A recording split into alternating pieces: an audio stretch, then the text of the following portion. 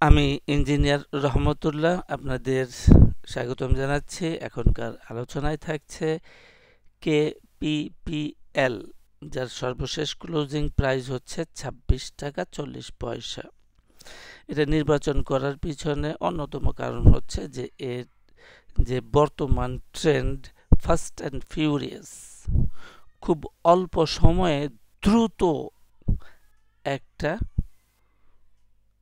Prize gain করেছে এবং চলমান আছে। তো আমরা দেখি, আমরা এখন উইকলি টাইম ফ্রেমে আছি। উইকলি টাইম ফ্রেমে আমরা দেখছি যে 2016 সালে তার 60 টাকা, অ্যাপ্রক্সিমেটলি 60 টাকা লেভেল থেকে এটা ধীরে ধীরে প্রায় 60 থেকে 60 টাকাতে এর একটা হাই তৈরি করেছিল তিনটা ওয়েভে, তিনটা প্যাটার্নে। আমরা এটা দেখি যে এটা ডব্লিউ এক্স ওয়াই। তো মাত্র 60 টাকা থেকে 60 টাকা বিরাট বড় একটা আপট্রেন্ড ছিল এই প্যাটার্নটা। তো এইটা তৈরি করতে 7 থেকে 60 টাকাতে যেতে, 7 টাকা থেকে 60 টাকা যেতে তার সময় দরকার হয়েছিল প্রায় 8 বছর, 8 ইয়ার্স। এখন দেখা যাচ্ছে যে সেই 60 টাকা থেকে আবার 60 টাকায় কামব্যাক করেছে এবং ওই জায়গাতে আবার কামব্যাক করেছে, এবং এটা প্রায় 1 বছর, 1 বছর বা 1 বছরের কিছু কম, 8 মাসের মতো।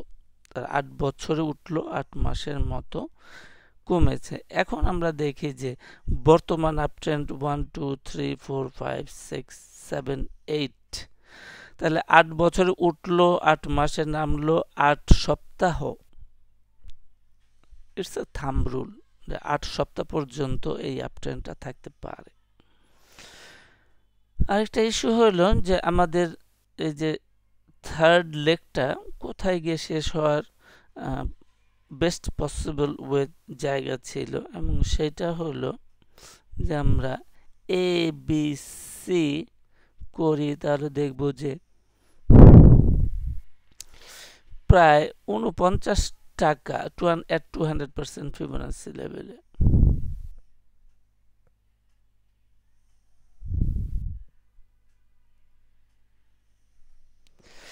at 200%-এ প্রায় 49-50 টাকার লেভেল একটা ছিল, তারপরে 60 টাকা গেছে। তাহলে এখন আমাদের মনস্তাত্ত্বিক দিক থেকে এই 60 লেভেলটা একটা জায়গা যেখানে পার করাটা অনেক মুশকিল আছে। তাহলে আমরা একটা রেঞ্জ পরিসীমা করতে চাই যে 50 টাকা লেভেল, এখানে যে গ্রিন লাস্ট গ্রিন ক্যান্ডেলটা আছে তার টপটা 50 টাকা লেভেল। তো এইটা একটা, ইট কুড বি একটা লিমিট, একটা পরিসীমা যেখান পর্যন্ত বর্তমান আপট্রেন্ডটা যেতে পারে। তো আমরা দেখি যে বর্তমান আপট্রেন্ডটা যে 60 টাকা থেকে 7 টাকাতে নেমে আসলো, এই যে প্রাইসটা ফল করলো তার কতটুকু অংশ সে অর্জন করতে পারলো। আমরা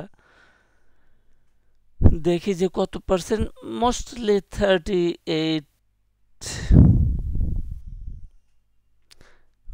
40%, নট মোর দেন 40%। তাহলে দেখা গেছে যে 38.2% ফিবোনাসি লেভেলে বর্তমানে আছে, 38.2% ফিবোনাসি লেভেলে, এবং সেটা 27 টাকা। এবং আমরা দেখি যে একটু আগে আমরা দেখলাম যে ওয়েব ডাব্লিউ, যেখানে প্রথম লেগ আপট্রেন্ডের প্রথম লেগটা সমাপ্ত হয়েছিল সেই জায়গাটা এই রকম জায়গাতেই আছে। তাহলে আমরা বিবেচনা করতে পারি যে বর্তমানে যে 27 টাকা লেভেলটা আছে it could B A resistance হইতে পারে। এবং এখানকার আমাদের সাপ্লাই পার্টিকুলারলি যে 50% ফিবোনাসি লেভেল অর্থাৎ 60 টাকা থেকে যে 7 টাকা নেমে আসলো এইটার অর্ধেকটা সে অর্জন করতে চায়, তাহলে সেই জায়গাটা হলো 33 টাকা। তাহলে যাদের কাছে আছে আমরা 27 টাকা এবং অধিকতর 27 টাকাটা দেখব এবং অধিকতর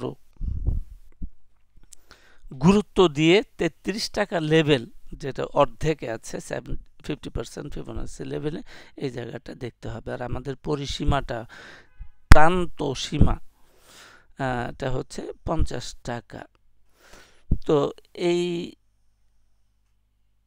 আইটেমটা নিয়ে আরেকটু কথা বলতে চাই যে পার্টিকুলারলি RSI আমরা আওয়ারলিতে দেখি যে এটা 90%কে অতিক্রম করেছে। সাধারণত 90%কে অতিক্রম করলে পরে সেইটা আর টেকে না, কিন্তু আমাদের ক্ষেত্রে দেখা যাচ্ছে যে অব্যাহত আছে। এগেইন আমরা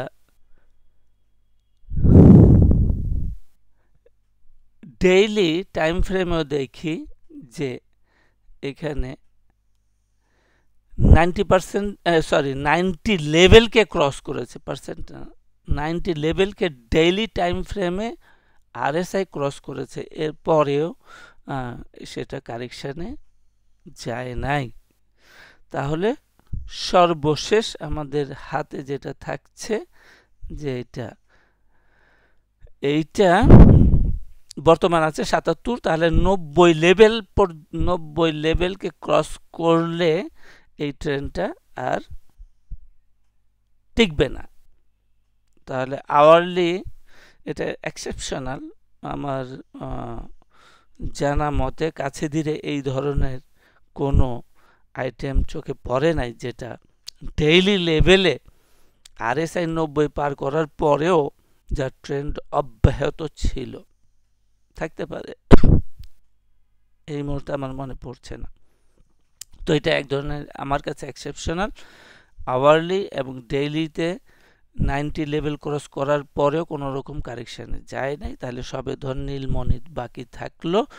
উইকলি টাইম ফ্রেমে RSI 90 ক্রস করলে সেই ট্রেন্ড আর থাকবে না বলেই মতামত দিলাম। এবং 90 লেভেলে যখন উইকলি টাইম ফ্রেমে 90 লেভেলে RSI 90 লেভেলে থাকবে, তখন প্রাইসটা হবে ওই যে আমরা ঠিক করেছি 50, সেইটাই। এই যে 50 টাকা লেভেলে যেটা আমরা বাউন্ডারি ঠিক করলাম, এই RSI যেদিন 90কে ক্রস করবে বা 90 টাচ করবে সেই দিন এইটার প্রাইসটা 50 টাকার কাছাকাছি থাকতে পারে। সেই জন্য এটা আমাদের কাছে একটা পরিসীমা, বাইরের একটা বাউন্ডারি বল। আর কাছাকাছি লেভেলে 27 টাকাটা আমরা ওয়াচ করব এবং 33 টাকা লেভেলটা আবারও বলছি যে অধিকতর